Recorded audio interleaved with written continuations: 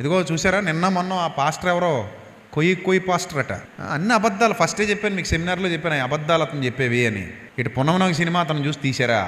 అసలు పున్నమనాగు సినిమాయే అబద్ధం. అది ఊహా చిత్రం, కల్పిత పాత్రలు, కల్పిత కథ, అబద్ధపు చిత్రం అది. సినిమాలన్నీ చాలా వరకు కల్పితాలే ఉంటాయి, ఊహాజనితంగా ఉంటాయి. చిన్నప్పటి నుంచి పాము విషం పట్టిస్తా ఉంటే పాము అవుతాడా? పొరలు ఉడతాయా? అసలు ఏమైనా అసలు ఎక్కడైనా నిరూపణ ఉంటుందా? దానికి ఉండదు. విషం కొక్కుతా ఉంటారా? సో ఇది అబద్ధాన్ని ఒక సినిమాగా తీస్తే ఇదట, ఇతని కథట. చిరంజీవి గారు పిలిపించుకున్నారట, హీరోయిన్లకు వాకింగ్ చెప్పాడట, పచ్చి అబద్ధాలు చెప్పు తిరిగాడు ఆ మనిషి. చెప్తే చాలామంది అయ్యో లేదండి ఆయన ఎస్టీలు కోయ భాషకి ప్రఖ్యాతి కల్పిస్తున్నాడు అంటే, మొన్న నాకు ఒక గూడెం నుంచి ఒక ఎస్టీ ఒక ఆయన ఫోన్ చేశాడు. సార్ నేను ఎస్టీ కులానికి చెందినోడిని, మీరు మొన్న మాట్లాడింది విన్నాను, కావాలనే మీకు ఫోన్ చేశానండి. జరిగిన విషయం ఏమిటంటే అది అసలు కోయ భాష కాదండి, అది అసలు మా జాతి భాష కాదు, అది మా పాట కాదు, అది అసలు మా భాషే కాదండి, అతను అబద్ధికుడు అని చెప్తున్నారు వాళ్ళు ఫోన్ చేసి. ఓ మోసేశారు. నిన్న చూడండి, ఆ జబర్దస్త్ ప్రోగ్రామో ఏదో ప్రోగ్రాం జరుగుతుంటే దానికి పోయాడు ఆయన. పోయి వాళ్ళు చేసే వెకిలి చేష్టలన్నిటికీ, వాళ్ళు చేసే డబల్ మీనింగ్ కార్యక్రమాలన్నిటికీ, వాళ్ళు చేసే పనికిమాలిన కార్యక్రమాలన్నిటికీ వెళ్ళి అక్కడ సపోర్ట్ చేసి ఆ ప్రోగ్రాంలో పాల్గొని వచ్చాడంటే దీన్ని బట్టి మీరు అర్థం చేసుకోండి, అనేకులైన అబద్ధ ప్రవక్తలు లోకములోనికి బయలు వెళ్ళుదురు. కాబట్టి ప్రతి ఆత్మను నమ్మక ఆయా ఆత్మలు దేవుని సంబంధమైనవో కావో పరీక్షించండి. వాక్యం లేని ప్రతివాడు దేవుని సేవకుడు కాడు, కాలేడు. సర్వసత్యాన్ని అనుసరించని వాడు దేవుని సేవకుడు కాడు, కాలేడు. లోతైన జ్ఞానంలోనికి వెళ్ళని వాడు, ఆత్మ పూర్ణత కలిగిన వాడు కాడు, ఎప్పటికీ కాలేడు. 100 మంది 100 సంఘాలకు పిలిపించుకుంటే వాళ్ళకి సత్యం తెలియదు కాబట్టి పిలిపించుకుని ఉండొచ్చేమో కానీ, వాళ్ళు సత్యం ఎరుగక లాంటి వారితో జత కూడి ఉండొచ్చేమో కానీ, ఇలాంటి పనికిమాలిన పనులు చేసి దేవుని నామాన్ని అవమానపరుస్తూ వెళ్ళి లోక సంబంధమైన కార్యక్రమాల్లో డ్యాన్సులు వేసి, లోక సంబంధమైన కార్యక్రమాల్లో అపహాస్యపు డబల్ మీనింగ్ మాటలకు చేయూతనిచ్చి వచ్చేవాడు దేవుని సేవకుడు కాడు.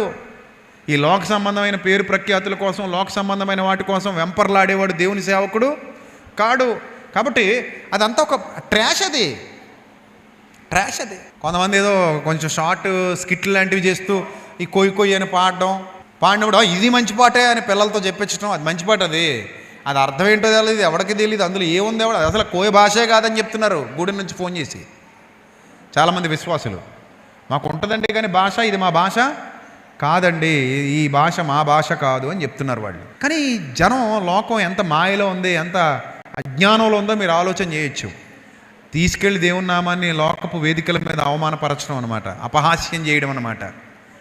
సేవకుడిగా వెళ్ళి అలాంటి వాళ్ళ దగ్గర కూర్చొని అలాంటి పనికి మాలిన వాటికి చేయూతనివ్వడం, ఖండించి గద్దించి బుద్ధి చెప్పే పరిస్థితులు పోయి వాళ్ళకి చప్పట్లు కొట్టి జేజేలు కొట్టి అక్కడికి వెళ్ళి వాళ్ళ పారేసే ఎంగిలి మెతుకుల కోసం తన సాక్ష్యాన్ని తాకట్టు పెట్టుకోవడం. అసలు అలాంటి వాళ్ళు ప్రారంభం నుండి సేవకులు కాదు. ఏదో ప్రారంభంలో సేవ చేశారు ఇప్పుడు సేవకులు కాదు అనకండి. అసలు అలాంటి వాళ్ళు ఎప్పుడూ సేవకులు కాదు. ఎందుకంటే అతని సాక్ష్యమే అబద్ధం కాబట్టి. విషాలు ఎక్కిస్తే మీ పిల్లలకు ట్రై చేయండి, పోని విషం ఎక్కించండి, ఉగ్గినితో కొంచెం విషం పెట్టండి, ఏమవుతారు చెప్పండి? స్పాట్లో చచ్చిపోతారు. 1 మిల్లీ లీటర్ పెట్టినా, ఒక డ్రాప్ పెట్టినా, ఒక డ్రాప్ చాలు మనిషి చావడానికి. ఒక డ్రాప్కి మనిషి చచ్చిపోతాడు. అంతే తప్ప కొంచెం తేనె నాకిచ్చినట్టుగా కొద్దిగా విషం నాకిస్తా ఉంటే విషపు మనిషి అయిపోతాడు, గడిది గుడ్డు అయిపోతాడు. ఈ చెత్త కథలో నమ్మడం, అవి సాక్ష్యాలుగా క్యాసెట్లు పెట్టించుకుని వేయించుకోవడం, ఇవన్నీ పిచ్చి పనులు, క్రైస్తవ్యం చేసినటువంటి పిచ్చి పనులు.